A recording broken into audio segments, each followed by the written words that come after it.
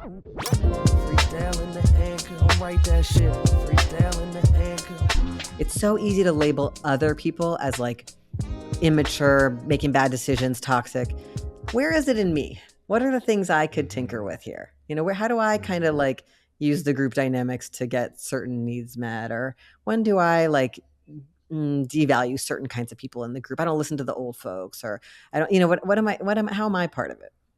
Yeah, this thread you're in, like, really, it actually for me is like paralleling to where we start with the prompt of like choosing the time that you were born, which again, like, that is more like metaphysical, mythological, but it prompts us to this notion of like claiming our agency.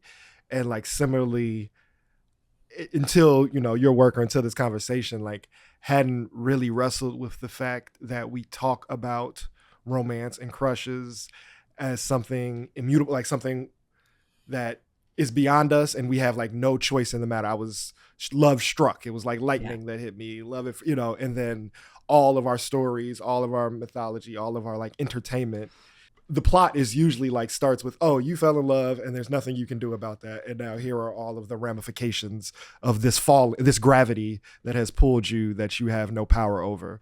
And like really what you're inviting, which I imagine can then expand to other corners of life, but particularly in this sliver of like, take inventory and locate, even if there's something that is happening innately, that even after that point, you have agency. And that like, then your behavior can be different because then there's responsibility of all. Yeah, just that's what I'm feeling is it's all this prompt and this invitation into greater agency in our lives where we've been coded and taught that it's not there or that things are just inevitable. Mm-hmm. And sex has so much shame around it in our culture. And it kind of is the other side of the coin. You can't help it and you're bad. And a lot of us use sex to prove to ourselves that we're bad. Like a lot of people get out of their relationships by sabotaging them with cheating or with, it could also be like I'm disappearing into my phone instead of connecting with my partner or my kids, or, like there's so many ways we sabotage ourselves. But I think there's something about shame and the belief that you can't help it that we could all heal from. You know what? You can make sex positive choices that are principled. And that requires our movements, not just the queer and feminist parts of them, but whole movements to become sex positive and gender positive. And you know what I mean? And because I think a lot of movement spaces are still not like that. People are still using patriarchal norms to judge everybody in the group. And I think that affects people of all genders. And so then if you're suppressing your sexuality, it's going to be harder to be like, oh, I'm having an attraction. What do I want to do with that? Like I think a lot of people, monogamy doesn't work for them, but they're afraid to talk to their partner or family and be like, I need something else. Or they want to move away from being partnered with somebody and towards just being co-parents, whatever. All these things are so scary for people. So then they act out sideways, And even with that awareness, people might still make the same choices. Yes. But at least they'll be aware and acknowledging that they're making a choice. Like, it doesn't mean that when you do that, you always make the quote unquote like better choice. Like you might still do the destructive thing. You might still, blow up the dynamics of your relationship in a different, like you may, but at least then there isn't this sense of like, I'm not accountable for that because just matters of the heart or this whole other thing that's separate from how we make any other decisions. Yeah. What if we didn't lie to each other when those kinds of moments were happening, so that even though it is sad that you and I are breaking up and I am moving on to another relationship or whatever I'm doing, I did like the secondary harms of having lied to you, of having denied accountability. Like I think a lot of the drama, it's okay to break up. People should get into and break up with relationships whenever they want. Consent is what we believe in. But it's all the shame and lying and hiding and secrecy that leads to these then this permanent rift in our community. And we were both in the same organizing community, and now everybody's taken aside, and now the project fell apart, and this is not sustainable. Yeah. So something that we've kind of been in the spirit of doing over the last year as like the other side of the political equation gains power and efficiency, like as the right ascends, is there anything to be learned, or anything at least we've seen, of like how people who are not making space for everyone's whole humanity, which is harmful, manage to maintain cohesiveness? Does that make sense? Mm-hmm. Yeah, that's interesting. I don't know. I think that they do really throw each other under the bus when they get exposed as, like they try to prevent each other from getting exposed as in their like sexual and gender activities. In the summer, I was in Berlin and I was diving deeper into some of, the Nazi history. And there were like a lot of gay people in the Nazi scene who eventually all got purged. But for a while, they let them be really powerful. It was kind of typical of these kinds of regimes to like selectively, be open to some sort of insider outsiders while they're strategic, and then to like later purge them. So I feel like they're very disloyal to one another once it becomes time to throw somebody under the bus.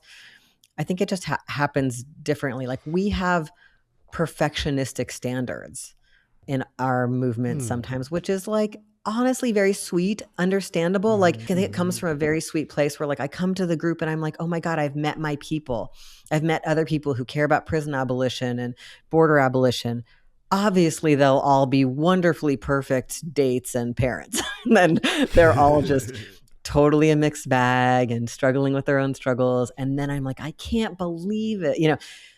So I think part of it is that we have really beautifully high standards for one another, but then we end up in the cultural norms around disposability and perfectionism kind of suddenly. So I think what I wish for us is that we could be like better able to give loving feedback, to, hold people to it, to say, hey, that's really not all right. So like, like actually bother with each other instead of letting someone do something messed up right in front of you for a long time because they have social power or they're a political leader or whatever, like actually hold people accountable in a loving, inclusive way that's not about getting rid of them. Really care about people who've been hurt, like actually care about them and like check with them and support them. Support people who are doing bad things to each other to like stop. Like, what do you need to stop doing this? What do you need to understand? What kind of support do you need? What's happening here for you? And practice with ourselves. I mean, a lot of what this book is about is like start with yourself, because we just all love to start with everyone else. They're all doing it wrong. But if all of us are here together, somebody, like we're all doing it wrong. Like who's doing dating, friendship, roommateship, family like perfectly? Come on. Like we all have a lot of baggage. Hey, Dean, speak for yourself. Okay. Besides you two. You should have a podcast about how to do that. But yeah, so I feel like that's the real call of the book is like, look at ourselves, look at what's it like when you're really upset, what keeps you up at night, and what happens then, That requires a ability to emotionally regulate in times of activation that for many, many people is really a struggle. And so, yeah, how do you, before we even get to, okay, I recognize that I'm activated, now what do I do with it? And all of these tactics and strategies and multiple steps, like what do we do with the fact that like it's really hard for people in the moment of activation to recognize that their side of the street isn't clean? Does that make sense? Mm-hmm. I think one thing we do is model it, because we all become dysregulated many times a day, no matter what kind of work we've done on ourselves, right? And especially in doing things we really care about, like in doing work we really care about, being with people we really love.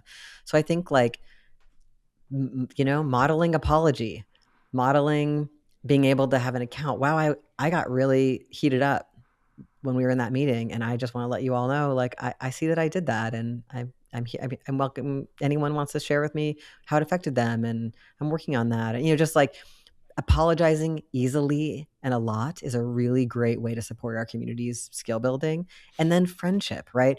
The deeper your friendship, the more you can say to me, hey, Dean, something seems off with that. Because I don't really want to hear that from somebody I barely know or who doesn't like me in the group. But like if we have some trust, because and usually the way to build trust is that we've given each other feedback and listened to each other. Fastest way to build trust with somebody is listen to them when they give you critical feedback and like show them that you heard it and make some changes. And then a really fast way to build relationships is to actually give people feedback, because we can't start that cycle unless we actually do that, which we're all afraid to do a lot of the time. So to me, if we have some friendships where we know that we've been seen making a mistake and repairing, when we've been, this person knows we're human and really respects us, that's where I could hear it. If you were like, Dean, you're dysregulated. Like, I think you need a breath. I think, can I give you a hug while you get through this moment? Or I think I think you're not thinking about the project right now. You're thinking a little bit more about your upset at this other person, or whatever I need to hear. The way you just talk to your date it kind of felt hard to hear. Can we talk about it? Great advice.